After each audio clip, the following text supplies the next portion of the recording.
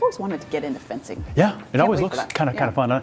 Hey, this is something that was just all over, understandably all over social media over the weekend. I actually saw it was trending nationally on Twitter. It was so many people were, remembering him. Yeah, absolutely. After the passing of Cincinnati radio legend Jim Scott, everybody was posting about their memories. Yeah, these are just a few of the posts that we have found.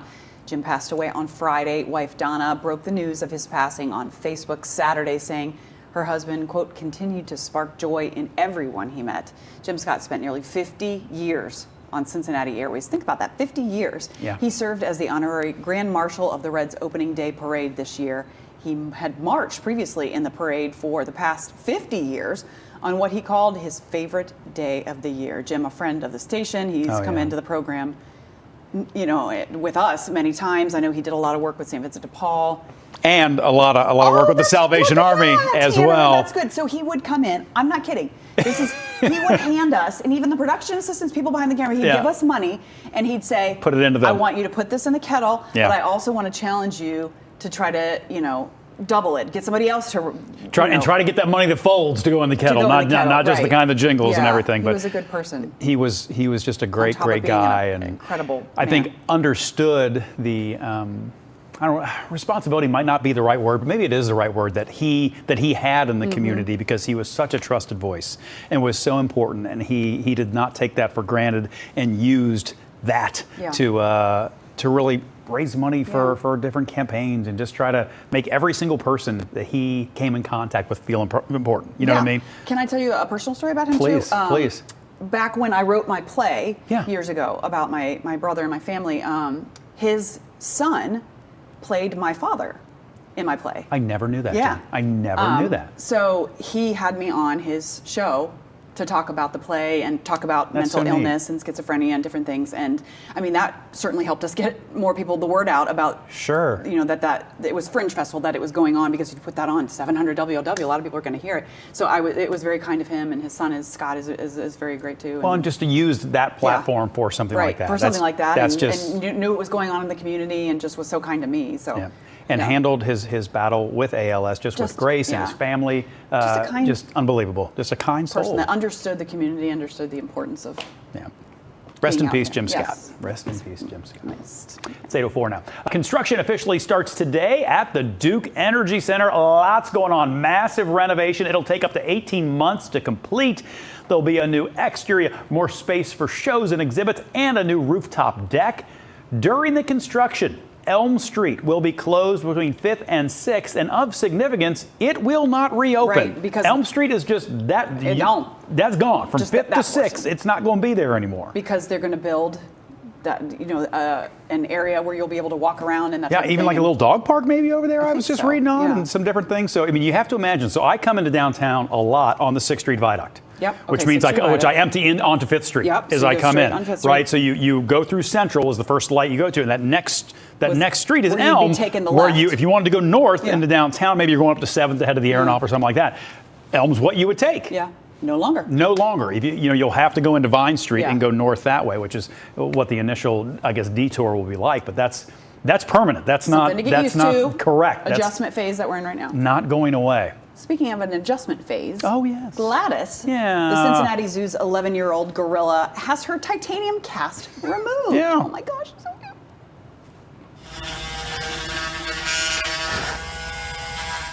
Oh, the zoo sent this video of veterinarians removing the first of its kind cast. Her x-rays looked good and her range of motion is improving. Gladys already started physical therapy. She did stretches and workouts while wearing the cast so that the team caring for her expects her to continue. Once the cast is off, she's going to do what she wants to do, which is why we left it on for so long. We really wanted to make sure that healing site was strong enough to be able to stand up to whatever rough and tumble she's going to do. Her arm is really skinny right now. I mean, that's what happens, but that will change as she rebuilds that muscle. It's not clear yet when she'll return to her habitat. Gladys broke her arm, of course, tussling with other female gorillas. But I love this video behind us, too, of where she's just eating some grapes. She got her cast on. I guess I can't use this arm, so I'll just eat my grapes with this one. Right. You know what I would love to see is the video of the physical therapy. Oh, just trying to. Like how they did that. How do they make a gorilla go through physical therapy? I don't know if she had to be out for that, because you couldn't just be. That's what I mean. Yeah, maybe she was. You know, probably they would show us. At least the stretching, you could do that with Right. her being under, anesthetic or whatever.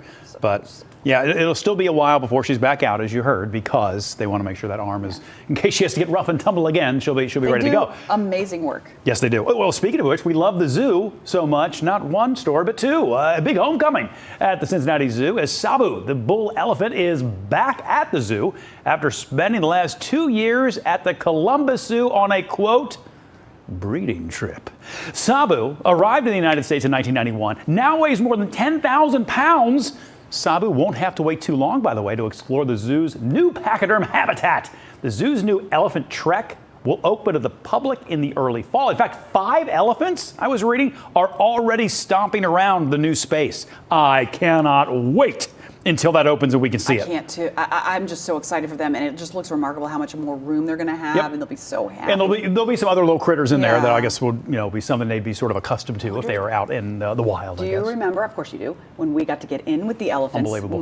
When we were the movie hosts, and we got to feed them jelly beans. They liked jelly beans out of our hands, and they would take it with their trunks. And if ever you want to feel truly small as a human in this world, stand next to an elephant. I mean, don't just do that without permission. Don't be like, hey, there's an elephant. But it's because they took us in. Huge. It's not like we were standing behind the fence. We were literally standing right next to them. And it was one of the coolest moments of my life. Yeah, they are to feel that small. Yeah. They are, and they're hoping once Sabu gets out into this new elephant trek as well. There are some younger females there that they're hoping he may breed with. So we'll see what happens. Our zoo is the sexiest zoo, right? It was named that. You better believe it. Okay. Hey, take a look at this. Speaking of sexy, Nick Frazier went viral on TikTok for being most likely the first and only person to eat Skyline chili in Rome, or at least in this spot at Trevi Fountain. I want to see the coney. Did the cheese get all melty? You know how that happens? It's kind of congealy. Okay, a little congealy. He uploaded this video to the old TikTok showing the process of him buying the coney in the airport, boarding the plane with the coney, and then, as you can see, took it there to the iconic Trevi Fountain. That's funny. And just mashed it. I wonder what made him think of that idea. Like, you know what? I'm going to save this. I'm not going to eat it on the plane. I'm going to take the 12-hour flight. It's not like he had a cooler to put it in. Right. He just decided, I'm going to do this. Like, it doesn't look like any way for him to heat it back up. No, you can see. You know how when you take it home and the cheese kind of just melts right into the dog there?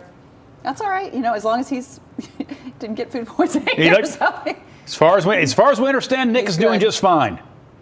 And nobody's really staring at him as much as I thought, because again, the Trevi Fountain is right there, and they're probably paying attention to that. Okay. Airplane etiquette. Is it okay to carry? Because Skyline has a particular aroma, which I enjoy. I love it. I'm from here. It's a smell that it makes everything in my brain happy. But if you're on a plane and you're with Skyline, thoughts? I mean, if they sell it in the airport, and you're allowed to board the plane with it, I guess that's okay. I take the same sort of approach to the seats going back on airplanes. If they're made to do that, so why would it not be okay to do that? Yeah. Now I don't, but I'm just saying. I would just say though, it might be that flight's long. It is. Things are going to process when you're eating the chili. So it might not so much be the chili. It's not just the food. It's the post. It's the post chili. I just say what Tanner said. Yeah. Why don't you pass along what Tanner just said? Tanner just said it's definitely an aisle seat situation. You want to be accessible to the. You want to be able to get out. Facilities. You don't want to be trapped. Just saying. I love my Beano. Might be a good idea to take that on a plane with you. That would be a good traveler right there. We may need to reach out to Nick and find out. Can we get Nick? Is he back? I don't know. But I don't know if he's still there. I would love to bring him on the show. And I don't know. Is he from here? He may have just been he may have had a connection through Cincinnati. I don't know. Hey, I don't know. Maybe we'll try. We're efforting. We'll see. We'll see. We're efforting. Yeah. Sure, you could stop watching now, but let's be honest, you want to see more. So click some of those links, or better yet, go ahead and tap subscribe. That way you'll catch more content from Local 12.